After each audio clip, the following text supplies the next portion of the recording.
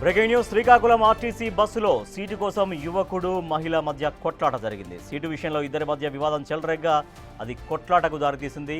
మొదట మహిళ యువకుడిపై చేయి చేసుకోవడంతో తిరిగి యువకుడు కూడా మహిళపై దాడి చేశాడు. తోటి ప్రయాణికులు ఆపడానికి ప్రయత్నించినప్పటికీ ఇద్దరు ఏమాత్రం పట్టించుకోకుండా పిడిగుద్దులు కురిపించుకున్నారు.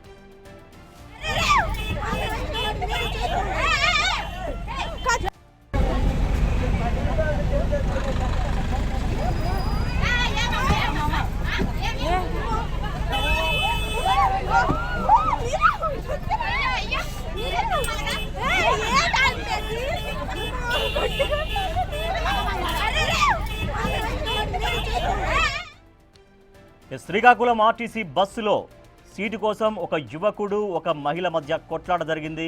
ఆ విజువల్స్ మనం చూస్తున్నాం బిగ్ టీవీ స్క్రీన్ పైన.